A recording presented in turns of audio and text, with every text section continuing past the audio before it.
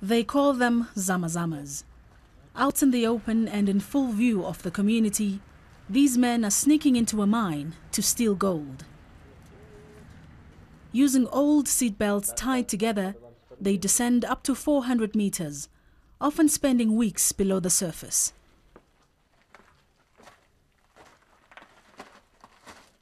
Carrying the most basic of tools, they begin their dangerous work.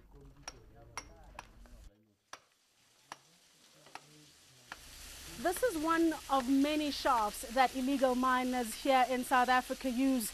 In fact, many of them keep coming in and out of this very narrow hole here, and they say they're willing to do anything and everything to get their piece of gold. But this is not just one or two people sniffing around for high-grade ore. Look at this. It's a war zone. CCTV footage from an active gold mine shows gangs armed with automatic rifles brazenly taking over a shaft. The guns come out above and below ground. In their hundreds, they fight against each other and against security guards. They are fighting to kill. Yes, can you see any movement in and around 10 shaft? I can see. We are now inside an armored vehicle about to go on patrol with 2 armed security guards.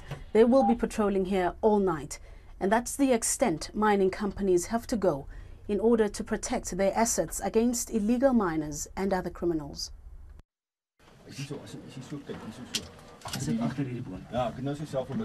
They spend all night chasing shadows.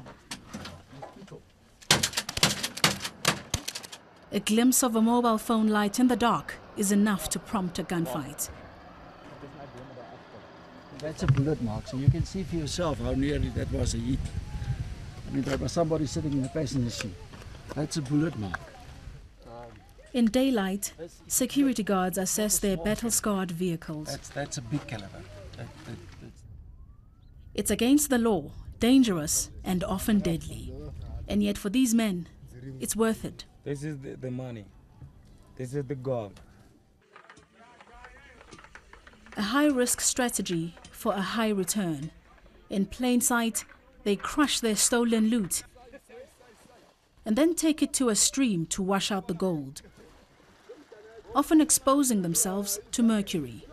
Here we are doing what is called gold panning, looking for gold so that we can be able to help our kids at home. And how much gold are you able to extract on a daily basis? Sometimes you can be able to get more than 10 grams, sometimes less than 10 grams. So it depends on your lucky day? It depends on your lucky. At a black market price of $40 a gram, it's a risk many are willing to take and lose their lives over. Just minutes down the road, a recurring theme. Rescue workers trying to recover the bodies of illegal miners trapped underground. Fatalities are recorded weekly. Relatives and friends of the dead wait for news. 3 of my relatives died down there, he tells me. We ran out of air and started collapsing. I can't believe I made it out alive. Traumatized and grieving, but they keep going down. The lure of little gold specks and dreams of striking it rich will pull them back underground. Nomsa Masego, BBC News, Johannesburg.